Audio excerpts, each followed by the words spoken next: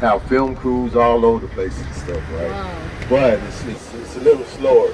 But we get to see some of the locations that they do film at. Now, take this hotel for instance. This is called the Las Palmas Hotel. They do a lot of filming here. Really? You know, in the studios, they pay a lot of money to film on location. The minimum fee, the starting fee, is $25,000 per day. Yeah. Now, this hotel here, you guys might recognize it, especially if you've seen the movie Pretty Woman with Julia Roberts and Richard Gere. This is the hotel that Julia Roberts in the movie. This is where her room was with her roommate.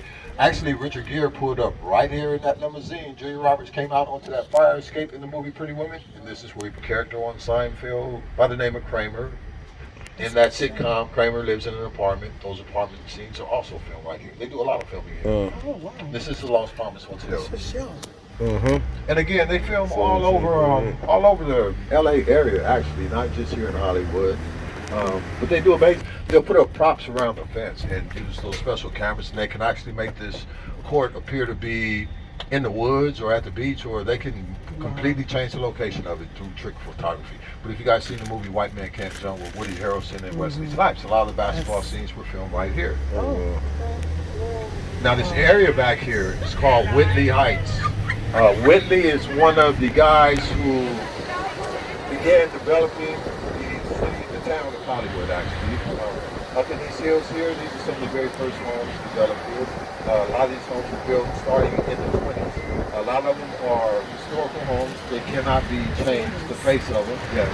And some, I guess, your early movie industry people, probably just silent film stars lived in this area. Oh my goodness. Now, this is not where the big celebrity estates that you see on television are. They're a little further west, and we are going to go past some of those. They have some beautiful homes up in these hills here. I bet they do. And you do have celebrities here. Everybody's not like a big A-list celebrities and make 50, 75 work states, but they have these beautiful homes also. Yeah. I see a lot of people a lot of times that I recognize from TV, and I can't call their name, but I know the face. Yeah, if you guys take a look at this church in front of us to the left, this is the First Methodist Church in Hollywood. Again, if you've seen the movie Sister Act with Whoopi Goldberg and Lauryn Hill, that's where they filmed those two movies. And remember, I told you, $25,000 per day. You'll see some of the older, more original homes up on this hill. This is a beautiful estate. Very cool. You can tell by the architecture. That one there. One of the early ones. Now, coming up in front of us around this curve, on the right-hand side, this was the green building in the parking lot. This was the very first studio here in Hollywood. It is now a museum. Okay, it's called the Hollywood Heritage Museum. Originally, it was a barn. And what happened, you had some film guys come out here about 19, and they made that very first movie. Now, they have a lot of antique movie gear and things like that in there. They probably talk about a lot of history of Hollywood. On the left side, you have the Hollywood Bowl. This is the amphitheater. They have amazing concerts. Now, this also, again, in the 1920s is when Hollywood was really developed. This opened, I think, in 22, 23. And one thing that was unique, it was kind of advanced, the way they engineered the stage. They carved out inside the mountain. That's where they placed the stage. And because of the way it was engineered, the sound, the acoustics for that period of time was like way ahead of its time. Now they have amplifiers, power reducers, and all that kind of stuff. Back then they didn't have it. The way they did the stage, basically amazing. Now I've been there. I think about the 30s. Not the one on the right, but the one on the left, the tan one. That was one of her early Hollywood Hills homes. She was in this home, I think, back in the 80s. I think about the time she was with John Penn. This is where she was living. Now, today they have social media, and these kids like the Kardashians. And Anna was, at her peak. Now, we all know she had her, she did her, and when she painted her in pink, her neighbors went nuts. They actually ended up in court over the color of her miniskirt before they all went to Vegas. The street we just turned on, this is Mulholland Drive. And this street goes all the way to the, it's only about 20 miles from the ocean, but if you were to stretch the street in a straight line, it would be over 50 miles long. That's how many round curves, little cliffs. Those scenes are filmed somewhere along Mulholland Drive. They actually have a street race up here, and cars go over these cliffs.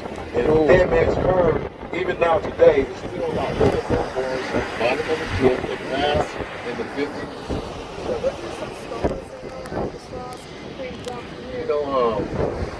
Charlie Sheen, he lost a Bentley over one of the cliffs. He wasn't driving, a friend of his was. but his Bentley crashed over the side of one of his cliffs. Now, we're in California. I don't know where you guys are from, but we do have earthquakes and mudslides. We have a top on this bus. Sometimes I drive one that's fully convertible and you can look up.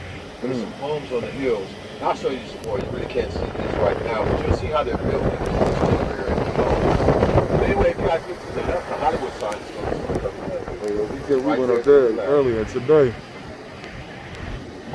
That sign, again, you know, the first film, I think, was made about 1910, and then all the film studios began popping up between 1910 and 1920. In the 20s is when they began to develop the shit. Hollywood sign was placed there as a temporary advertisement sign for a residential development going on up to the hills. But once they completed the development, and this was in 1922, instead of removing the sign, which was only intended to be there temporarily 1 year, the city took over. They removed the L-A and the D because it was called Hollywood Land. And we were left with the Hollywood sign as we know it today. And in 2 years, in 2022, it'll be the 100-year birthday of the Hollywood sign, which was only intended to be there for 1 year. Wow.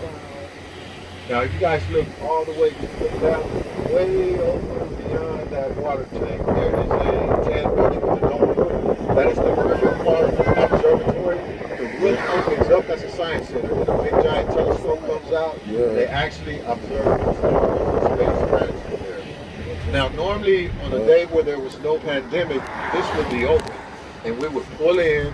You guys can exit, go up this hill because they have a staircase, take pictures of the Hollywood sign and all of that, but it's closed up. On top of this hill to the right, there's a custom home up there. And if you saw it from a distance, it is online.